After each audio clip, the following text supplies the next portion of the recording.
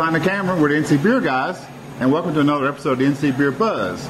We have found our way today to Wilmington, right in the middle of the Azalea Festival of all days, and we're here with Kelsie Cole, who's the brewmaster here at Front Street Brewery. Thanks for having us in. Thank you for having me.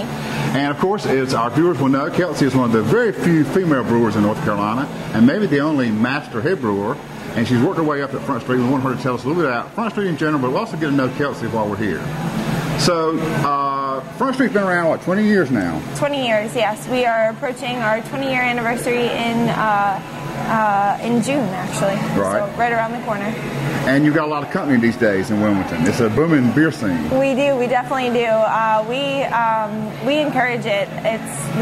We don't view it as competition. Everybody always asks us, how do we feel about new breweries opening? And we're embracing it because the more breweries that open up around here, the more it makes Wilmington a destination for beer tourism. So. And it educates the beer population, the craft beer consumers.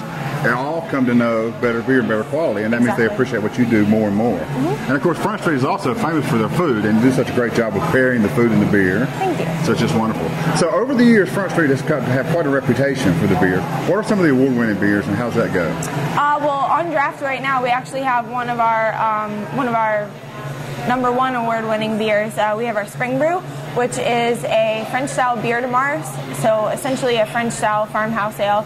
That recipe won the gold medal at the 2012 World Beer Cup. Mm-hmm. So that one is on draft right now. And it's a seasonal. It's the spring. Yep, it's a seasonal. We also have, we've also won many awards for a lot of our flagship beers, our Scottish Ale, our Kolsch, our ESB, at a lot of North Carolina competitions. Mm-hmm. So I think we're doing a good job. It just feels great, doesn't it? I hope so. And is that the challenge to you coming in as fairly new as the head brewer? Not that you're new to Front Street, we're going to get into that in a minute, but you have to maintain that consistency of quality. Yeah, it's definitely,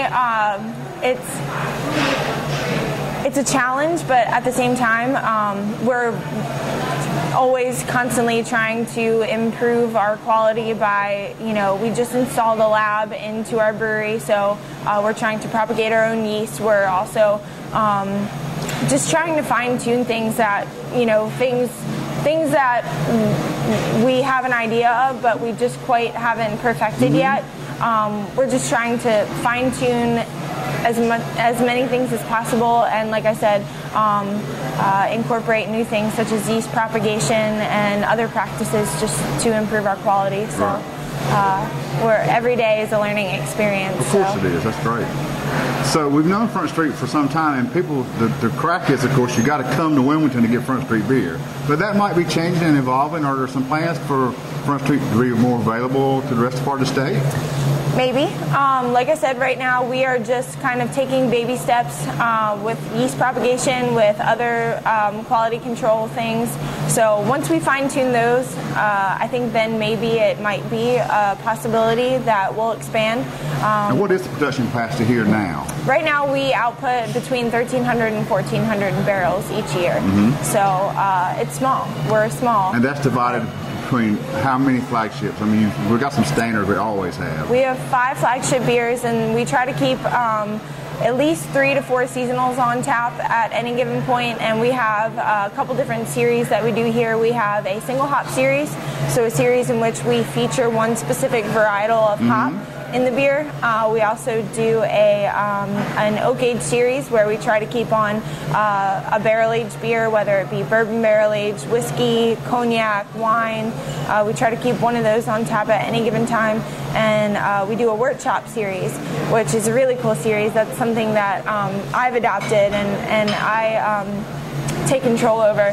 It is just a little 5-gallon experimental batch series. We typically release them every third Thursday of the month. Okay. But for NC Beer Month, the whole month of April, what we're doing is we're releasing one every single Thursday.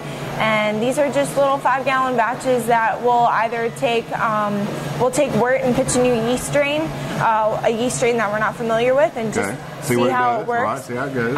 Or we'll take a fully fermented beer and we will add non-traditional ingredients. So the one that we just had on draft for this past Thursday's release, it was a caramel coffee oatmeal stout. Right. And we added local Port City Java, their Tanzanian peaberry coffee, as well as blended in some caramel into our oatmeal stout. And these are beers that are, these 5-gallon batch releases, they kick usually within 24 hours. You put that one on Thursday, it's already kicked today, is Sunday. So, I mean, it's kicked in a couple of days. And that's great. That's good. So, Front Street did something that a lot of breweries would love to do. They grew their own brewmaster.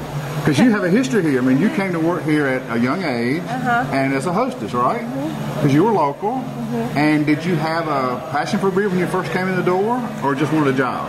I did. I don't know if it was my college days that kind of ignited that, or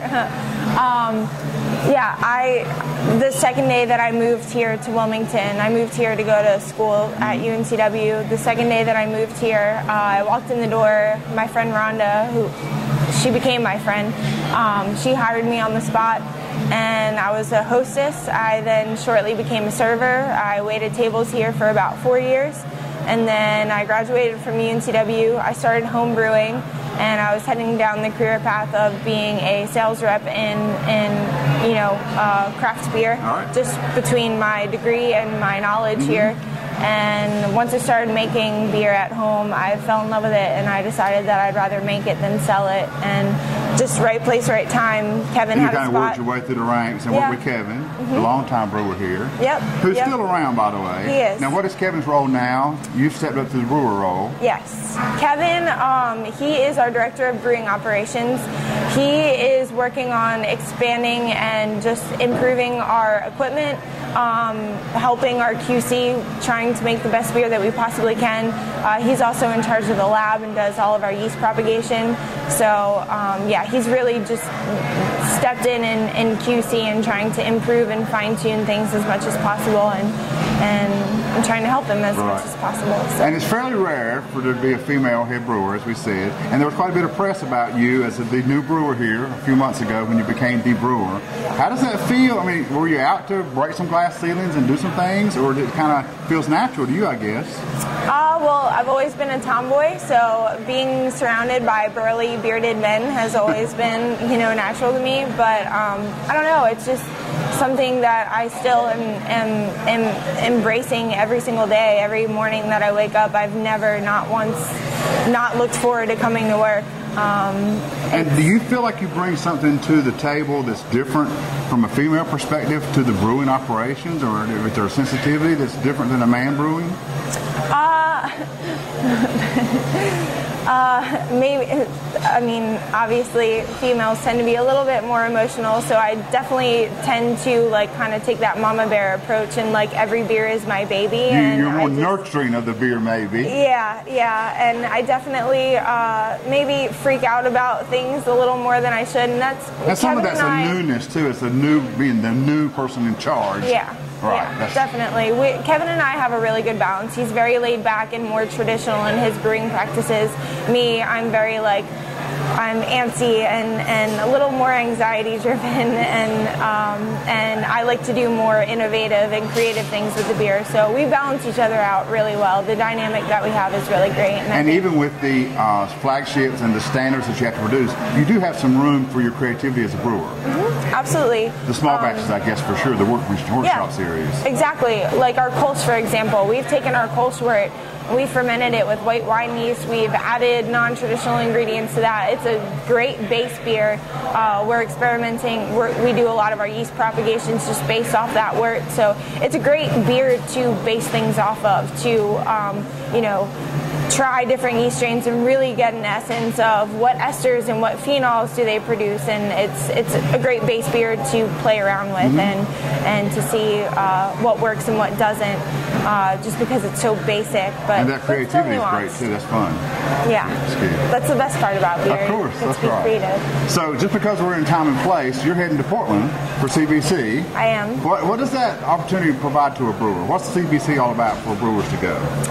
Learning and networking. To me, that's what it means to me. I'm excited to go out there. I've never been to a craft brewers conference ever. I've never been to Portland either. So to me, it's going to be a great networking opportunity, a great way to put my name out there and get in contact with people and meet people in the industry and learn from people in the industry, as well as there's a whole week long of seminars for anybody that's in a brew pub all the way to a huge production facility. So I'm really looking forward to going to seminars specifically talking about dry hopping and the chemistry behind the oils and hops. And I'm really excited to learn about QC for small brew pubs such as ourselves. Obviously we don't have a lot of things where we can measure VDKs or things like that, but the fact that they have seminars for quality control, not for just large production facilities, but also for brew pubs. There are so many seminars that cover a broad spectrum of topics that I'm excited. I just want to put as much knowledge in my brain as possible. Oh, that's going to be great. I'm excited. Have a big time. Yeah. I'm really excited. Thanks for having us in today. Thank you for coming. Sure, we loved it. We love Wilmington and we love Front Street. Thank you. So this is Dave and Glenn for the NC Beer Guys with another episode of NC Beer Buzz from Wilmington to Front Street. And remember, drink local and keep your beer dollars in North Carolina.